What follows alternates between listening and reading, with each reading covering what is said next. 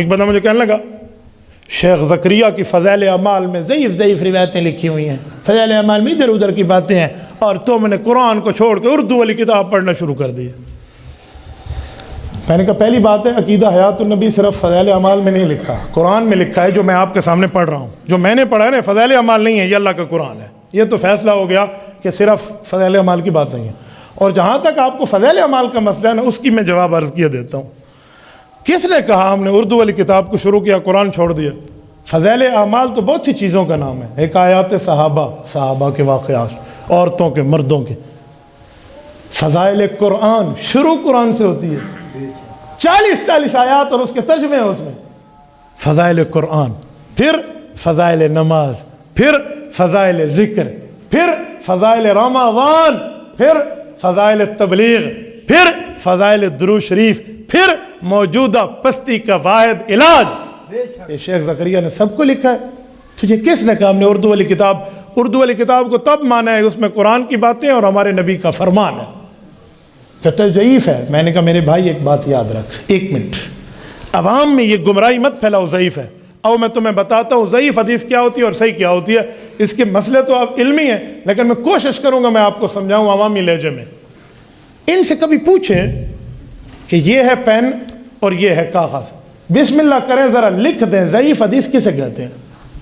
یہ لکھ دیں نا، میں ان کے ہاتھ چوموں گا۔ کیوں؟ اگر یہ لکھ دیں وہ تعریف تو ان کی دال گلتی نہیں ہے۔ لوگ سمجھتے ہیں ضعیف حدیث کا معنی ہوتا ہے جھوٹی حدیث، حالانکہ ایسی بات نہیں ہے۔ میں اللہ کے گھر میں بیٹھا ہوں، ضعیف حدیث جھوٹی حدیث کو نہیں کہتے، اس کا نام ہے حدیث موضوع، جھوٹی حدیث۔ علماء بیٹھے ہیں، میں غلط کہہ رہا ہوں؟ ضعیف حدیث کسے کہتے ہیں؟ وہ کملی بھرا بہن کملی بھرا کملا کو گالتے صدی کر میرے سامنے، کیا گمراہی پھیلانا شروع کر دیا تم نے؟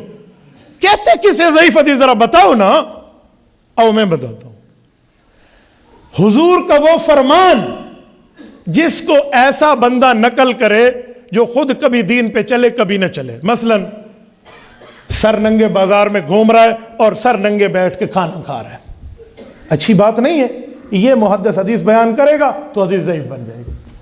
کبوتر پکڑے ہوئے ہیں، اثر کو کبوتر اڑاتا ہے، شام میں بیٹھ کے حضور کی حدیث سناتا ہے محدث ہے عالم، کبوتر بازی کا شوق پڑ گیا بیچارے کو، اس کی حدیث ضعیف ہے، نہیں مانتے۔ کیوں؟ تو نے غلط کیا، اپنے عمل ٹھیک کر۔ یہ ہوتی ہے حدیث ضعیف۔ یہ میں نے 2 مثالیں دی ہیں۔ اس کی وجہ سے پھر حضور کا فرمان ضعیف ہوتا ہے، یہ بندہ ضعیف ہو جاتا ہے۔ جو جھوٹی بات ہوتی ہے وہ حدیث ضعیف نہیں ہے، وہ حدیث موضوع ہے، اس کے اوپر میں بھی انکار کرتا ہوں۔ تو خدا کے بندے، ضعیف حدیث تو حضور کا فرمان ہے۔ اور پھر ضعیف حدیث کا مسئلہ بھی ہے کہ کسی مسئلے پہ 2-4 حدیثیں ضعیف آ جائیں تو کیا کرنا چاہیے؟ ایک بندے نے مجھے کہا فضائل اعمال ضعیف حدیثوں سے بھری پڑی ہے۔ میں نے کہا پکا رہنا، ذرا پکا رہنا، میں تیرا علاج کر رہا ہوں اصول حدیث سے۔ بھری پڑی ہے؟ کہتا جی۔ میں نے کہا اس کا معنی بہت سی ہیں؟ کہتا جی بہت سی ہیں۔ میں نے کہا آؤ ذرا، حدیث ضعیف کا مسئلہ کیا ہے؟ ان الحدیث تلقته الامة بالقبول يعمل به الصحيح حتى انه ينزل منزلة المتواتر۔ امام ابن الحمام کی اٹھائیے فتح القدیر، وہ فرماتے ہیں ضعیف حدیث کا اصول یہ ہے کہ جب کئی ضعیف حدیثیں ایک مسئلے پہ آ جائیں اس کو ماننا ضروری ہو جاتا ہے، متواتر کے درجے پہنچ جاتے ہیں۔ اور تو ہمیں کہہ رہا ہے ضعیف ہے، اور تو کہہ رہا ہے جی خدا کے بندے۔ او میں ایک حدیث شریف اور سناتا ہوں۔ قال ابن عبد البر في الاستذكار لما حكى عن الترمذي ان البخاري صح حديث البحر هو الطهور ماؤه واهل الحديث لا يصححون مثل اسناده ولكن الحديث عندي صحيح لان العلماء تلقوه بالقبول۔ استذکار یہ شرح ہے موطا امام مالک کی، اس کو لکھا ہے امام قاضی ابن عبد البر مالکی رحمہ اللہ، المتوفى 463 ہجری، آج سے 1000 سال پہلے کا محدث ہے۔ وہ لکھتا ہے کہ ہمارے مذہب اسلام میں ضعیف حدیث کا مطلب یہ ہے اگر اسے علماء قبول کر لیں وہ تو صحیح ہو جاتی ہے۔ یار تم نے کبھی اصول حدیث پڑھے ہوتے، اصول حدیث سمجھے ہوتے تو کبھی نہ کہتا فضائل اعمال ضعیف حدیثوں سے بھری پڑی ہے۔ شیخ زکریا عالم تھے، فاضل تھے، محقق تھے، جید تھے، فقیہ تھے، محدث تھے، مفسر تھے، تبلیغ میں اعلیٰ درجے پہ تھے، مبلغ تھے۔ وہ سمجھتے تھے ضعیف حدیثیں اکٹھی کر لیں 2 4 5 وہ صحیح کا درجہ ہو جاتا ہے. اسی لیے اس نے صحیح کتاب لکھی ہے. اور تجھے اصول نہیں پتا تھا, تجھے اصول نہیں پتا تھا, تو بیچارہ پریشان ہو گیا. میں ایک مثال دیتا ہوں, توجہ رکھنا, سمجھانے کے لیے دے رہا ہوں, ورنہ حدیث پاک سے کیا نسبت عام چیز کی. آپ کی گاڑی جا رہی ہے, روڈ پہ گاڑی پنچر ہو گئی ہے, آپ کیا کرو گے؟ وہیں چھوڑ دو گے یا ٹائر کو نکال کے اسٹیپنی لگاؤ گے؟ اسٹیپنی لگائیں گے. اسٹیپنی تو چھوٹا ٹائر ہوتا ہے, کیوں لگائیں گے؟ 3 تو ٹھیک ہے نا, کسی نہ کسی طریقے سے چل جائے گی نا. ان 3 نے اسے قبول کر لیا, گاڑی چل پڑی ہے. یار جہاں پر صحیح حدیثوں کی تائید میں ضعیف حدیث آ جائے, تجھے کیا لگا ہوا ہے وہاں پر؟ خدا کے بندے تھوڑی سی اصول حدیث سمجھ لو, کچھ اصول حدیث پڑھ لو. بڑے بول سے رب بچائے, میں تخصص فی الحدیث میں اپنے شاگرد علماء کرام کو اصول حدیث پڑھاتا ہوں, اس پر ہفتے گزر جاتے ہیں. ہم اصول حدیث, ہماری فائل مرتب ہے جو اصول حدیث ہے. اصول حدیث کیسے کسے ہیں, اور صحیح حدیث کا مطلب کیا ہے, ضعیف کا مطلب کیا ہے, منکر کا مطلب کیا ہے, موضوع کا مطلب کیا ہے, مصحف کا کیا مطلب ہے, مدرج کا کیا مطلب ہے, اور حدیث پاک کا مرسل کسے کہتے ہیں, حدیث مشہور کیا ہے, حدیث غریب کیا ہے, حدیث عزیز کیا ہے, حدیث پوری ترتیب ہے. مسلسل بالسند, مسلسل میں منبر, کئی قسمیں حدیث کی, ان میں ایک قسم ضعیف بھی ہے, 16 اقسام ہیں. تو کون سی نہیں ماننی؟ وہ حدیث ہے جسے موضوع کہتے ہیں, جھوٹی حدیث ہے, اس کو ہم بھی نہیں مانتے. چھوٹی سی کمزوری کو ضعف کہتے ہیں نا. میں ایک مثال دیتا ہوں, ایک بندے کو بخار ہو گیا اور دوسرا بندہ ٹھیک ہے. جسے بخار ہو گیا وہ بندہ نہیں رہتا.